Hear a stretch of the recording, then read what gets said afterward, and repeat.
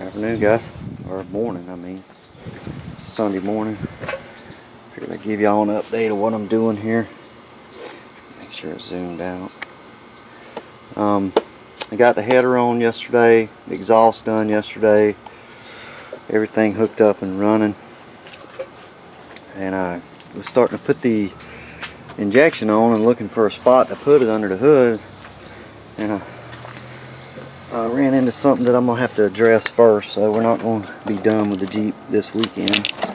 See all these little holes everywhere, like this one, all these little holes that do nothing. I'm going to go ahead while I got this thing down, because I've been wanting to do this forever, and seal up these fender wells to where it doesn't fill all this up with mud every time I go out. It'll make it better anyway. Like right here, when you're slinging it, you know, wide open, it's just like a spout going down into the engine, just coming up out of there. So I'm going to go ahead and fix all those, so we're not going to be done with it this weekend. The forest is closed right now anyway because of Irma. They catch you out there, you know, they'll run you off, so we got time to fix the Jeep up. If you guys want to watch some trail riding videos, check out Jeep Freaks of Florida on YouTube and South Georgia Jeepers on YouTube. They got some good trail riding videos if y'all like watching that while we're finishing this thing up. Yesterday I did take some of that methanol and put in a container, and I held it about 3,000 RPMs and poured it into the intake real slow, like it would be. It wasn't the same as spraying it, but I wanted to put some in there and see what it would do. It dropped. I had my scanner hooked to it. It dropped the temperature of the intake from 160 degrees to 70 degrees in about 10 seconds. It just dropped it. It gets real cold. You can feel the coldness of the intake, so that's going to help. And I had three things up on the scanner. I had both the O2 sensors up and the air intake temperature and the timing, 4 things up. And I watched the timing, the O2s, and the air intake temperature. The air intake temperature was dropping to like 70 just by pouring a little bit in there, and the timing and all would be at like 40 degrees at 3,000. It dropping down to about 35, which is good. Now the O2 sensors, I did the math on the voltage on them, and at 3,000, by the math and what the O2 voltage is, these things are like 17:1 air-fuel ratio.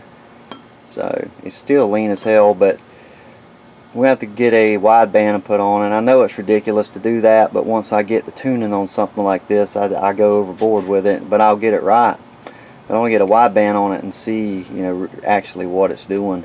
But the methanol is going to work. I don't know how much power it's going to add or whatever, but it's going to work good. And it smells like a dragster. If you go behind it or anywhere around it here, when you pour that stuff in there, I started smelling methanol burning like a methanol dragster. And I think that's cool. To me, that's worth it right there. Be in the trails and they wonder what in the hell you're running it off of. But we're going to seal up all these cracks and holes, and I'm going to unbolt everything from the fender well, take the battery out, lay all the harness over and everything, and seal all this up in here, and get it all sealed up, and try to keep some of the mud off the engine. I've been wanting to do that forever, but we're going to do it now. Just while I got it down and the forest is closed and we can't go ride anyway. So, but let me see if everything's out of the way and crank it up and let y'all hear it. It sounds funny with that header on there because of those 2 collectors going down. You know, I'm used to hearing my Jeep for 2 years now. Put that new header on there and it kind of sounds a little skippy. But that's not what it is. It's not skipping. It's just those 2 cylinders, those 2 collectors pulsing into that one big collector down at the bottom. It makes it sound funny, to me anyway. Let's double check one more time, make sure everything's out of the way because I hadn't cranked it up this morning. Make sure we ain't gonna launch something through the radiator or... Alright, she looks good. But I had the scanner hooked to it yesterday, watching what it was doing with that methanol, and it definitely lowers temperature to intake down big time, quick too.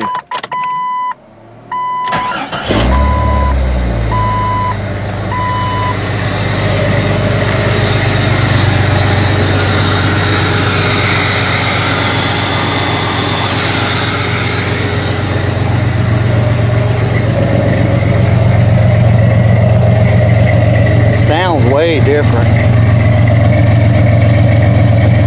I can still smell that methanol coming out of it.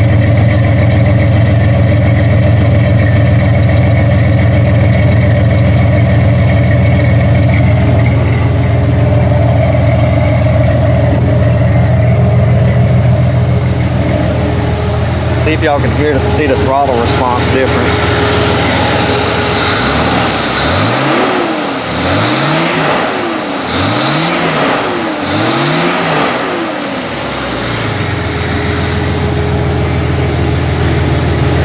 Sounds funny with that damn header on there.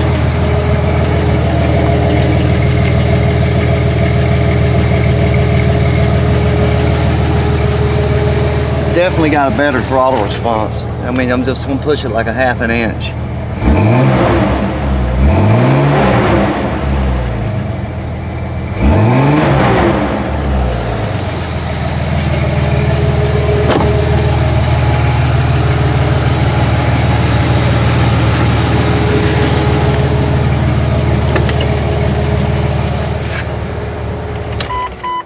Now I had to do some modifications on that down pipe that comes with that header.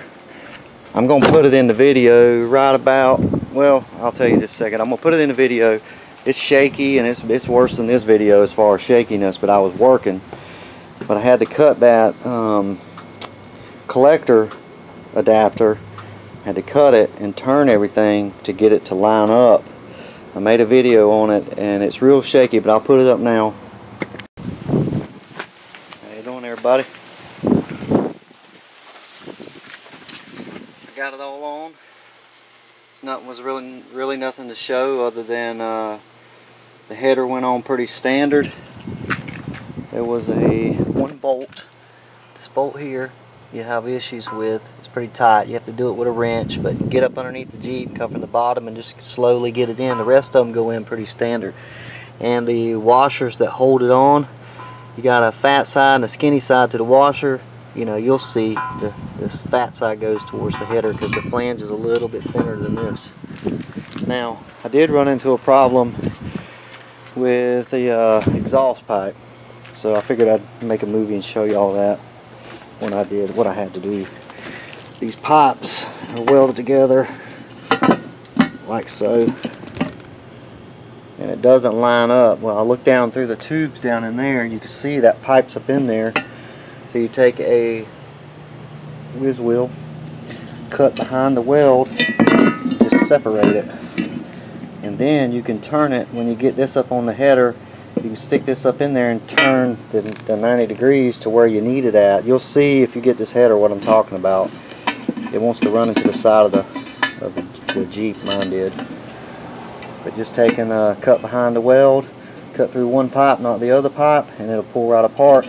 And then you can move this anywhere you want it and re-weld it. See, this is going to require welding though if you use this piece of it. So you're going to have a way to cut and weld. But this is probably the easiest way to do it. And then you can go under here and stick this up on there.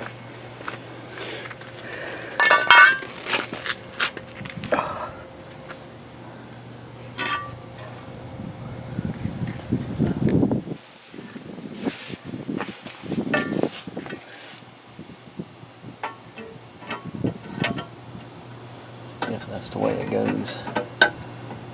Maybe this way. No.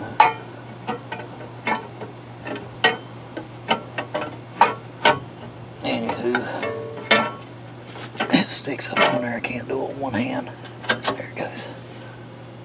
Stick that up on there. And then you put your pipe in there, and when it runs over here and turns off, and you can angle it over to here how you want it. It was pointing out here like this. It wasn't even coming nowhere near the pipe. It was over here. I'm probably going to use my cross section. It's my piece that runs on out, because for one thing it's 2.5 inch and it's already connected to here. So I'll probably just use the pipe here, and then we won't have to do nothing but position this to where it, here, let me get it. Let's just get it and see what I'm talking about. But other than that, everything is pretty much straightforward with the header. I have cranked it up. You guys are on the Facebook, y'all seen it. I cranked it up with just the open header. Sounds like not good at all.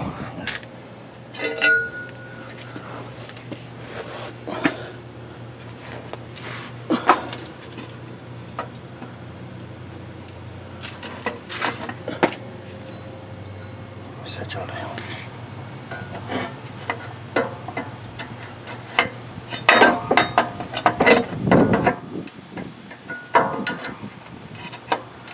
Anyway, I can't do it with one hand. Anyway, you can turn this wherever you want it with it like this. So that's what I'm working on now.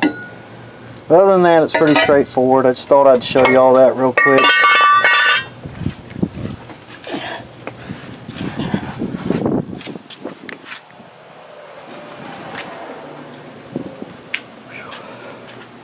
You want to hear what it sounds like open header? It doesn't sound very well.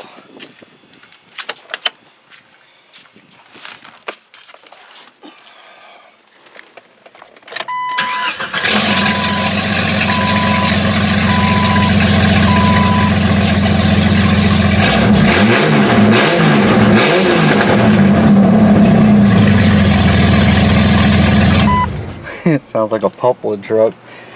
Where we live, they cut trees, and that's what most pulpwood trucks sound like. Anyway, guys, just a quick video. I wanted to show you all that. Take a whiz wheel, cut behind the weld on the collector. It'll pull apart, then you can turn it where you want it, tack it, weld it, and it's done. It did come with this section here. I'm gonna not use it because mine's 2.5 inch and this ain't, but if you needed a piece of pipe, like you could cut it here, use that, you know, piece that they swelled up. Alright, I'll get on this now. Just thought I'd make a quick video and tell you all about that. But I'm doing some work on her today. I didn't video all this stuff doing it because I'd still be taking it off. Most of you know how to take the intake off and put a header on. I just wanted to show you that on the collector in case you get a Stinger header and you run into that. Alright, y'all take it easy. We'll holler at you later. Bye. You see how I had to cut it. Now if you cut it the way I showed you in the right by the weld, you can just turn it to where you need it to be and weld it up right there again. It's pretty thick there. It's no problem to weld it. But climb back under here because I don't think it showed the finished product in that deal. But that's how it turned out. Now I use these.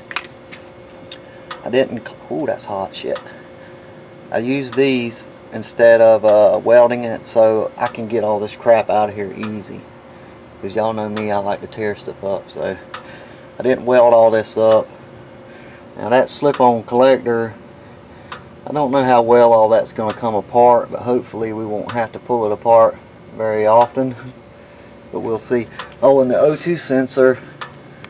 The O2 sensor, when you roll this thing around to where it needs to be, it puts the O2 sensor right in line with the transmission hose there at the tube. But it'll go, you just got to tweak it a little bit and it'll go up in there, and then you can run it down the transmission lines. I'm not done with it yet, I got to put a loom on it, but you can run it down the transmission lines on this side of the engine instead over here, away from the heat. But it works good. It didn't leak or nothing. It does sound funny though with it running. It don't sound like it used to. Probably because it's breathing a little bit better out the bottom and out up through the top. So, but that header's a little tricky. I think I don't remember what I put in the video yesterday because I was about wore out. I got it all done yesterday. But there's one bolt right here. That's a bitch. But you can get it. You just remember, you can, when you're doing it, if you get that Stinger header, you can get 2 hands on that bolt. You just have to twist your arms around and stuff, but you'll know what I'm talking about when you go putting that bolt in. You need 2 hands. You can get them in there. You just got to work at it. Work on it a little bit. But we're going to pull it. You're going to pull the stuff off the fender wells and seal up them fender wells.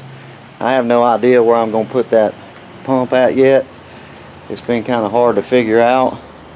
I want it under the hood. I know it's not a good spot for it with all the mud and water and stuff, but it's just, that's just where I want to put it. I want to put it under the hood. That way I ain't got to run all the wiring back to the back, all the hoses back to the back, all that. I just keep it up here, and we'll either plastic coat the pump to where no water or nothing can get in it, or we'll build something around it but I'm going to seal up all the holes and stuff in the fender wells, because it's wreaking havoc on my Jeep. I pulled the bottle out of it, and it was that deep of mud underneath it, so we got to do something about that. And now's the time while we're working on it. So anyway, I wanted to give y'all an update. She's running again. I like how it all turned out, the intake, everything worked good. And it's got better throttle response for sure. And that methanol, man, I wish I had smell-o-vision. That stuff smells so good. I love the smell of that stuff burning. If any of you guys ever been to the drag races and smelt the methanol cars running, you would like this stuff. So anyway, guys, I guess I got Jennifer's rig stuck back here in the corner. I got it running and cranked up this morning. I think I'm gonna be done for today right now. Did a lot yesterday, got a lot done, but yeah, she's getting there. Unless I might be done for today. There may be another part of this video if some things show up that maybe we'll see. But if not, y'all see it next time, but got something coming for it. Alright guys, y'all have a good one. We'll holler at you later, man. I'm kind of tired, and a long day yesterday working on this thing, and I enjoyed it though. It's been a long time since I could just take a minute, a whole day, and just work on my Jeep. It was very enjoyable, and I want to keep up with that rhythm with myself, you know, enjoy doing it, like not rush today to get the injection on and to make a movie and all that stuff. I'd rather just wait, take everything off the firewalls, off the fender wells, and seal up all the holes and do everything I want to do to it, and not rush. And that way when we go down below to do the lift or whatever we're going to do underneath it, we won't have to worry about this stuff up here. It'll be done. Anyway, enough said. I'll let you later, guys. Bye.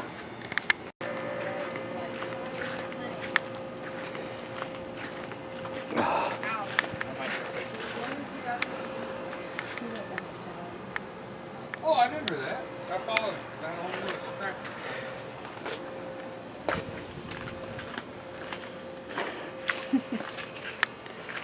You gotta get the way back to get it in frame. God, them tires are huge. Y'all can see it through the screen, man. It's like, what the fuck? Oh, they do look big. Holy crap. Look at this, Mike. It looks like a damn Tonka Jeep. Oh, shit. Hell yeah. That's funny.